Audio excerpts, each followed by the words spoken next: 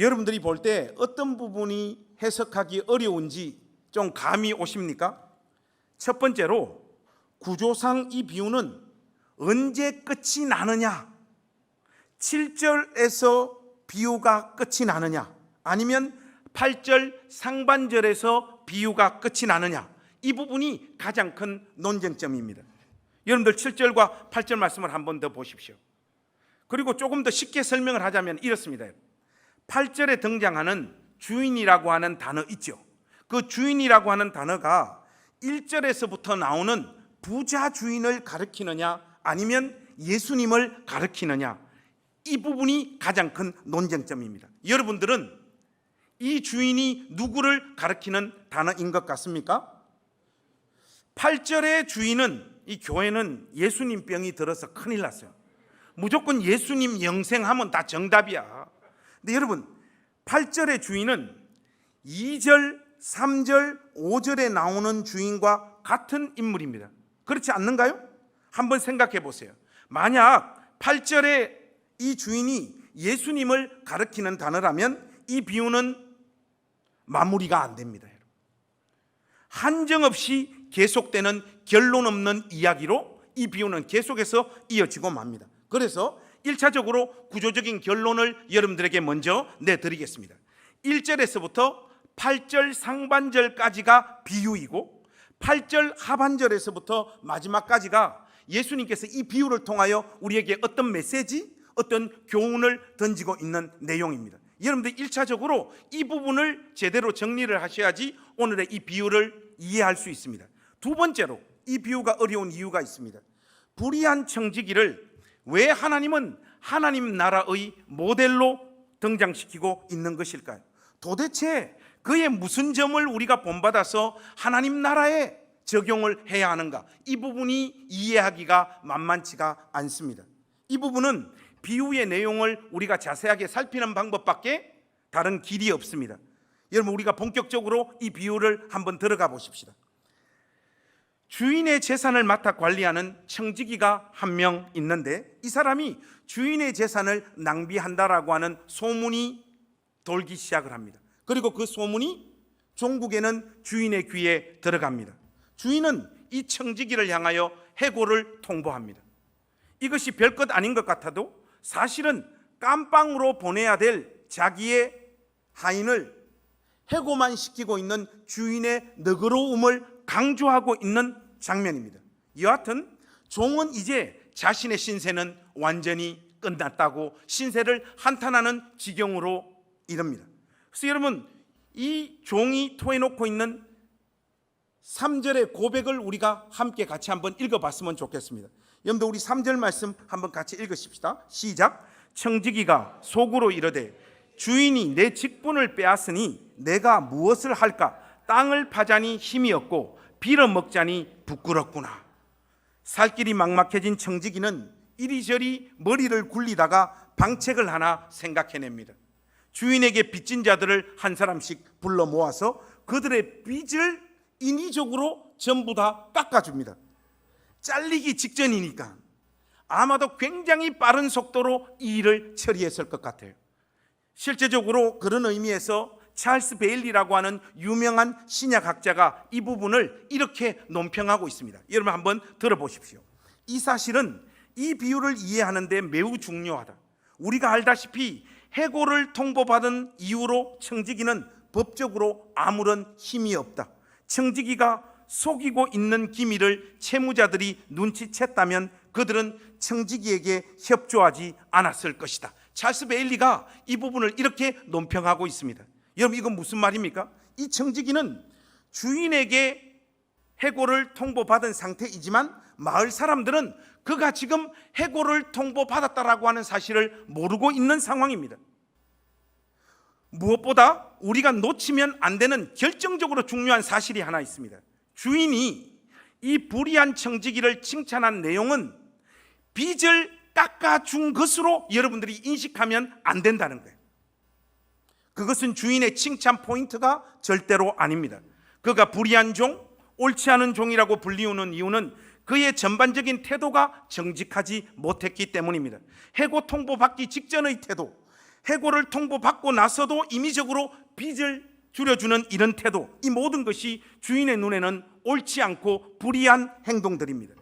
그렇다면 주인은 도대체 왜 이 불의한 청지기를 칭찬했을까요? 그 결정적인 답은 8절에 나와 있습니다. 8절 말씀을 제가 한번 읽겠습니다. 여러분 한번 들어보십시오. 주인이 이 옳지 않은 청지기가 일을 지혜 있게 하였으므로 칭찬하였으니 이 세대의 아들들이 자기 시대에 있어서는 빛의 아들들보다 더 지혜로움이니라. 여러분들 8절 말씀 자세히 한번 보십시오. 거기 보면 지혜 있게라고 하는 단어가 등장하죠. 이 지혜 있게에 해당하는 헬라어는 프로니모스인데, 직역을 하면 약삭 빠르게 신경을 쓴다, 이런 의미입니다. 이 단어가 성경 다른 곳에 어떤 의미로 사용되어지고 있는지 그 용례를 우리가 한번 확인해 볼 필요가 있습니다. 여러분 마태복음 24장 45절 말씀을 한번 펴보십시오. 마태복음 24장 45절 말씀입니다. 여기에 보시면 이 말씀이 이렇게 기록되어져 있습니다. 이러므로 너희도 준비하고 있으라. 생각하지 않은 때에 인자가 오리라. 충성되고 지혜 있는 종이 되어 주인에게 그 집 사람들을 맡아 때를 따라 양식을 나눠줄 자가 누구냐. 이 단어는요, 때와 스피드가 중요한 상황에서의 지혜로움을 지금 말하고 있는 단어예요. 아주 재빠르게 어떤 조치를 취해서 지혜로운 차원의 그 지혜, 스피드, 이 스피드의 핵심이 담겨져 있는 단어입니다. 이걸 좀 어떻게 설명을 드리면 좋을까 싶은데, 제가 영국에서 공부할 때가 제 인생에서 보면 제일 경제적으로 고통스럽고 힘들었던 날이었던 것 같아요. 그래도 거기서 또 영락없이 생일도 찾아오고 결혼기념일도 찾아오잖아요. 그때 결혼기념일 때 한국 음식이 먹고 싶다고 해서, 한국 음식이 또 엄청 비싸요. 그래도 어떡합니까? 무리를 했으라도 질러야죠. 그래서 한국 식당에 가서 비싼 김치찌개를 우리 사람하고 저하고 먹었어요. 그게 20불이나 되었으니까 우리나라 돈으로 4만 원이 넘었어요. 그 돈이 없었어요. 그래도 그걸 먹고 배는 부르고 집으로 오는데 20불이나 사용해 버렸으니까 이번 한 주 이거 어떻게 살면 좋냐, 이런 고민들이 또 막 이렇게 찾아오는데, 집으로 식당 앞에서 바로 20불이 땅에 떨어져 있는 거예요. 이거 도대체 무슨 일이고 해서 바로 그 20불로 달려갔는데, 저쪽 옆에서 인도 아저씨가 그 20불을 본 거예요. 그도 달리고 저도 달리고. 여러분 지금은 제가 돼지지만 옛날에는 제법 날씬했습니다. 여기 그 정인 되어줄 사람들이 있지 않습니까? 아슬아슬하게 제가 먼저 20불을 잡았어요. 하니까 그 인도 아저씨가 탄식을 하더라고요. 바로 이거예요, 여러분. 아주 재빠르게 어떤 조치를 취해서 지혜로움, 프로니모스라고 하는 단어가 그런 의미입니다.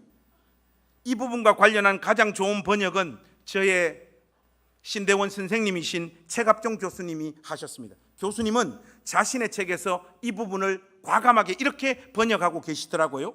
왜냐하면 그가 민첩하게 행동했기 때문이다. 한마디로 청지기가 칭찬받은 이유는 그의 성실함 때문도 아니요, 그의 신실함 때문도 아니요, 그의 정직함 때문도 아닙니다. 위기에 봉착한 자기의 신세를 재빨리 조치를 취해가지고 벗어난 그 번개 같은 행동 때문에 주인이 지금 칭찬하고 있는 거예요. 스피드, 오직 스피드입니다. 예수님은 이 비유를 가지고 8절에서부터 13절 이하에서 신자들을 향하여 교훈과 메시지를 던지고 있는 겁니다. 하나님을 인정하지 않고 종말과 하나님 나라의 임함을 믿지 않는 이 세상 사람들도 불의한 재물을 가지고 자기에게 다가올 삶을 예비하고 준비하는데, 왜 하나님의 백성들은 이미 임한 하나님 나라의 통치를 받아들이지 않느냐, 이 말입니다. 종말이 이 세상 가운데 임한 것을 정말 믿는다라면 자기에게 있는 그 물질로 자기 삶을 준비하는 것이 마땅하지 않느냐, 이게 예수님께서 지금 우리에게 던지는 도전이란 말입니다. 돈이란 것이 중요한 것이 틀림없지만 종말이라면 말세라면, 하나님 나라가 이미 임했다면 당연히 이 종말의 시간과 때에 걸맞게 돈을 사용해야 되지 않느냐 하는 것이 우리 주님께서 지금 우리에게 던지시는 메시지와 교훈입니다. 하나님 나라는 이미 이 땅에 임했고 말세는 이미 시작되었습니다. 이게 성경적으로 정확합니다. 내일 세상에 종말이 오더라도 나는 한 그루의 탱자나무를 심겠다. 누군가 그 비슷한 말을 했죠. 목사님, 탱자나무가 아니고 사과인데요. 저도 알아요, 여러분. 이런 소리는 참 멋있어 보이는 말이긴 하지만 사실은 굉장히 감성적인 말에 불과합니다. 여러분, 내일 세상 종말 오는데 탱자나무 심어서 뭐 하게요, 여러분? 종말이라면 그 종말에 걸맞게 살아야 되는 게 맞죠. 종말입니다, 여러분. 정신을 차리십시오. 인간들의 습성은 이미 임한 하나님 나라를 쉽게 수용하지 않습니다. 왜입니까? 어제와 오늘이 별로 달라질 것이 없기 때문이고, 무엇보다도 정말로 종말을 믿고 받아들인다면 자기 삶을 하나님 앞에서 혁명적으로 떠도 고쳐야 되기 때문에 사람들은 하나님 나라가 이미 우리 가운데 임했다라고 하는 개념을 적극적으로 수용하고 받아들이지 않습니다. 여러분, 요즘 교계의 탈한국 종말론이 유행하고 있습니다.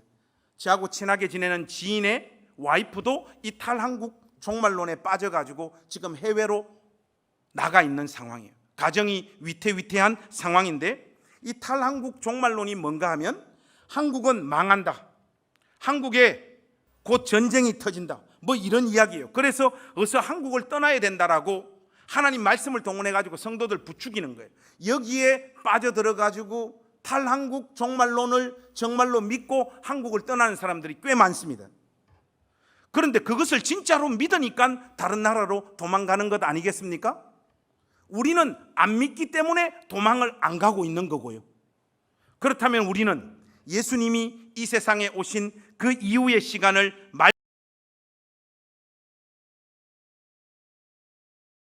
이미 우리 가운데 임했음을 우리는 정말로 믿고 있는 사람들입니까? 그것을 정말로 믿는다라면 우리의 삶이 하나님 앞에서 혁명적으로 달라져야 하는 것이 맞는 것 아닙니까? 탈한국 종말론을 믿는 사람들이 한국을 떠나는 것이 논리적으로 맞는 것처럼 하나님 나라가 우리 가운데 정말로 임했고 종말이 이미 시작되어졌다고 믿는다라면 우리에게 주어진 이 물질을 우리가 평상시에 우리가 가지고 있는 가치관으로 사용하는 것이 아니라 종말과 하나님 나라가 임한 그때에 맞게 돈을 사용해야 되는 것이 맞지 않습니까? 그런데 우리는 돈의 노예가 되어져서 돈의 권세에 사로잡혀서 종말이다, 하나님 나라가 임했다라고 하는 것을 적극적으로 받아들이지 않습니다. 주님은 오늘 우리에게 명확한 메시지를 던지고 있습니다. 여러분, 여기에 임한 종말의 세상, 말세가 너희에게 임했다, 하나님 나라의 통치가 이미 시작되었다. 그렇다면 당연히 너희들의 소유의 중심인 돈을 대하는 태도가 속히 빨리 혁명적으로 달라져야 하는 것 아니냐, 이 말이에요. 우리가 소유한 돈으로도 하나님 나라에 합당한 삶을 살지 못하는데 하나님께서 우리에게 다른 무엇을 맡기시겠느냐, 이 말을 지금 하고 계신 거예요. 그런 사람이 참된 예수님의 제자가 되고 하나님의 청지기가 될 수 있겠느냐, 그 도전을 우리 주님께서 지금 던지고 있습니다. 그렇다면 왜 우리는 하나님 나라가 우리 가운데 임했음을 믿고 말세가 되었음을 인정하면서도 돈을 포기하지 못하는 걸까요? 의외로 그 이유는 간단합니다. 여러분, 배가 부르면 샥스핀이나 떡볶이가 아무 차이가 없습니다. 하나님 이외의 것들로 너무 배가 불러서 그렇습니다. 돈과 돈으로 할 수 있는 것들로 영혼이 너무 채워져 있고 돈으로 할 수 있는 것들에 대한 갈망이 우리 영혼을 다 차지하고 있어서 우리 영혼에 하나님을 채울 공간이 없는 거예요. 얼마나 간땡이가 부었는지 하나님을 향하여 돈을 달라고 울부짖고 매달리는 사람들이 교회 권속들의 3분의 2가 되고 있지 않습니까? 저의 목회 경험으로 볼 때 신자들의 95%는 고난과 시련을 믿음으로 잘 이겨냅니다. 그런데 신자들의 95%는 돈에 다 무너지고 돈을 이기지 못하더라고요. 여러분, 이 사실을 꼭 기억하십시오. 사복음서에 비유가 약 39개 정도 등장하고 있습니다. 그 중에 11개가 돈과 관련한 비유예요. 특히 누가복음에서는 거의 모든 페이지에서 돈과 관련한 이야기를 우리 주님께서 계속해서 하고 계십니다. 복음서에서 돈에 관한 예수님의 경고와 권고들은 어렵지 않고 너무나 분명하고 단순합니다. 제가 여러분들에게 쭉 한번 몇 가지 읊어드리겠습니다. 화 있을진저 너희 부요한 자여, 너희가 하나님과 재물을 겸하여 섬길 수 없느니라. 너희를 위하여 보물을 땅에 쌓아두지 말라. 약대가 바늘기로 들어가는 것이 부자가 하나님 나라에 들어가는 것보다 쉬우니라. 삼가 모든 탐심을 물리치라. 너희 소유를 팔아 구제하라. 물은 내게 구하는 자에게 주며 내 것을 가져가는 자에게 다시 달라지 말라. 우리는 이런 메시지를 읽고 들을 때마다 곧바로 해석을 시도합니다. 이 말씀은 문자 그대로 받아들이면 안 되고, 사실 이 말씀은 이런 의미야, 이런 식의 해석을 시도한단 말이죠. 예수님의 말씀을 부드럽게 이해해서 의미를 설명하거나 돈에 대한 긍정적인 성경의 진술을 동원해가지고 이런 강력하고 단순한 메시지와 균형을 맞추고자 한단 말이죠. 우리는 돈에 대한 성경의 명령을 단순하고 이해하기 쉽게 있는 그대로 들을 필요가 있습니다. 여러분, 우리 주님께서 무엇 때문에 돈에 대한 비유를 이렇게 계속해서 반복해서 하시며 돈과 관련한 메시지를 예수님 자신을 따르는 제자들에게 던지고 있는 것일까요? 예수를 따르는 제자들의 정체성을 분명히 하고 있는 거예요. 예수의 제자들은 이미 임한 하나님 나라에서 돈이 왕노릇하는 이 세상과 그 돈의 권세를 깨부수고 이 돈으로 사람을 살리는 자리로 부름받는 자들이라고 하는 사실을 우리 주님께서 강조하고 또 강조하고 있는 겁니다. 돈과 관련한 기독교 세미나에 가면 늘 하는 이야기들이 있습니다. 이들은 보통 돈은 가치 중립적이고 우리가 이 돈을 어떻게 사용하느냐에 따라 돈은 우리에게 복이 될 수도 있고 돈은 또 우리에게 화를 불러올 수 있다라고 말을 합니다. 여러분, 이게 있잖아요. 너무나 나이브하고 돈을 모르는 자들이 짓거리는 이야기들이에요. 돈은 중립적인 교환 수단이 아닙니다. 그 자체적으로 생명력과 힘을 가지고 있다는 사실을 여러분 꼭 기억하십시오. 예수님께서 오늘 본문에서 재물을 언급하실 때 아람어인 맘몬이라고 하는 단어를 사용하고 있습니다. 그 단어에 인격적이고 영적인 속성을 지금 부여하고 있는 거예요. 한마디로 예수께서 너희가 하나님과 재물을 겸하여 섬기지 못하느니라 이렇게 말씀하실 때 맘몬을 하나의 경쟁신, a rival God, 예수님 자신과 라이벌의 하나의 신으로 인격화시키고 있는 겁니다. 지금. 그래서 말이죠, 우리는 돈을 섬기든지 하나님을 섬기든지 둘 중에 하나만 할 수 있습니다. 우리의 마음이 하나님을 향하여 더 향해 있든지 돈을 향하여 더 향해 있든지 둘 중에 하나입니다. 중립지대는 절대로 없습니다.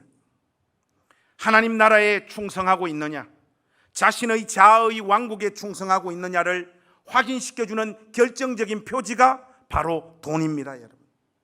여러분, 우리가 하나님을 알고 믿을 때 우리 가운데 어떤 일이 벌어집니까? 우리의 가치관, 우리의 이전의 삶이 달라지잖아요. 예수 만난 심정, 하나님을 만난 심령이 완전히 달라지지 않습니까?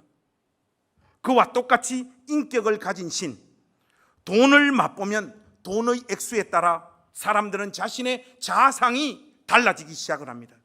돈이 있는 상태나 없는 상태나 그 사람의 인격과 가치는 동일한 법인데 우리는 돈이 없다가 돈이 생겨버리면 이상한 인간이 되어버려요. 희한합니다. 이게 그 즉시 품어서는 안 되는 생각, 느껴서는 안 되는 감정을 느끼기 시작한단 말이죠. 남자들이 돈이 어마무시하게 생기게 되면 제일 먼저 하는 일이 여러분 뭡니까? 남자들이요. 돈이 어마무시하게 생겨버리면 남자들이 하는 일이 뭐예요? 마누라부터 바꾸잖아요. 목사님, 저는 돈이 생겨도 마누라를 안 바꿉니다. 저는 절대로 안 바꿉니다. 착각하지 마세요. 돈이 아직 덜 들어온 거예요. 돈이 제대로 많아 보세요. 다 바꿉니다. 이재용, 최태원, 신격호, 정주영, 이건희 전부 다 보세요. 다 바꾸지 않습니까? 공식적으로 바꾸든지 비공식적으로 바꾸든지 다 바꿉니다. 유명한 가수나 배우들 보세요. 전부 다 바꿉니다. 왜 바꿉니까? 돈이 흘러 넘쳐서. 돈이 없었을 때 하지 않았던 생각을 돈을 자기가 다룰 수 있는 이상을 소유하기 시작을 하면서 생각해서는 안 되는 생각, 가져서는 안 되는 감정들을 가지기 시작하는 거예요. 제가 이야기를 하면, 목사님, 그러면 돈이 없는 남자가 마누라를 바꾸는 경우는 뭡니까? 여러분, 제가 그런 것도 가르쳐 드려야 됩니까? 그 간단합니다. 그 경우는 돈 많은 여자가 남자를 바꾼 거잖아요. 뭐 그렇게 어렵게 생각합니까? 우리는 돈과 상관없이 검소한 삶을 살고 있다라고 착각해요. 아닙니다, 여러분. 돈이 없어서 검소할 수밖에 없는 사람이 저와 여러분들입니다. 여기 우리 나전당 가족들 중에 돈 100억 생기면 다음 주에 교회 나올 사람이 있습니까? 아무도 없습니다. 저부터 교회 사임합니다, 여러분. 오늘 저녁에 저 통장에 돈 100억이 꽂히면 월요일부터 제가 목회하겠습니까? 목사님, 우리 교회에 저를 좋아하시는 분들이 많아서 목사님은 안 그러실 것 같아요. 절대로 목사님은 그런 분이 아니에요. 그런 사람 우리 교회에 있다 없다? 분명히 있다. 손 한번 들어서 우리 한번 확인해 봅시다. 우리 목사님 돈 100억 생기면 이번 주에 교회 사임한다. 1번. 목사님은 돈 100억 생겨도 절대 사임하실 분이 아니다. 2번. 자, 여기서 저와 같이 갈 사람, 이 교회를 떠날 사람이 결판 납니다. 잘 생각하고 정하세요. 오늘 저녁에 목사님 계좌로 돈 100억 꽂히면 우리 목사님 목회 포기한다. 1번 손 한번 들어. 저기서 과감하게 솔직하게 들어보세요. 1번 좋습니다. 우리 목사님 절대로 돈 100억 생겨도 사임 안 한다. 손 한번. 순진하십니다, 여러분. 오늘은 3번이 정답이에요. 사임은 안 하지만 목회는 대충 한다. 이게 정답입니다. 돈은요, 반드시 그 사람을 어떤 식으로든지 움직여버립니다. 긍정적으로든지 부정적으로든지. 자크 엘룰이 그래서 불의의 재물이라는 표현을 이렇게 주석하고 있습니다. 여러분 한번 들어보십시오. 이것은 만몬이 불법을 생성시키고 부추긴다는 것과 만몬은 불의의 상징으로서 불법으로부터 발산된다는 두 가지 사실을 같이 의미하고 있다. 어떻든 불의함과 하나님 말씀의 정반대됨이 만몬의 등록 상표이다. 이렇게 말하고 있습니다. 사랑하는 나전당 교회 가족 여러분, 돈을 소유하고 사용할 때 바로 그것이 우리의 예배 행위임을 스스로에게 계속해서 각인시키십시오. 예배입니다. 예배. 여러분, 이건 무슨 말입니까? 돈을 자신의 기쁨과 즐거움, 생의 목표만을 위해서 사용하는 사람은 자신을 예배하는 자이지 하나님을 예배하는 자가 아닙니다. 하나님을 예배하는 자는 하나님을 닮아가고, 우상을 숭배하는 자는 그 우상의 인격과 특징을 닮아갑니다.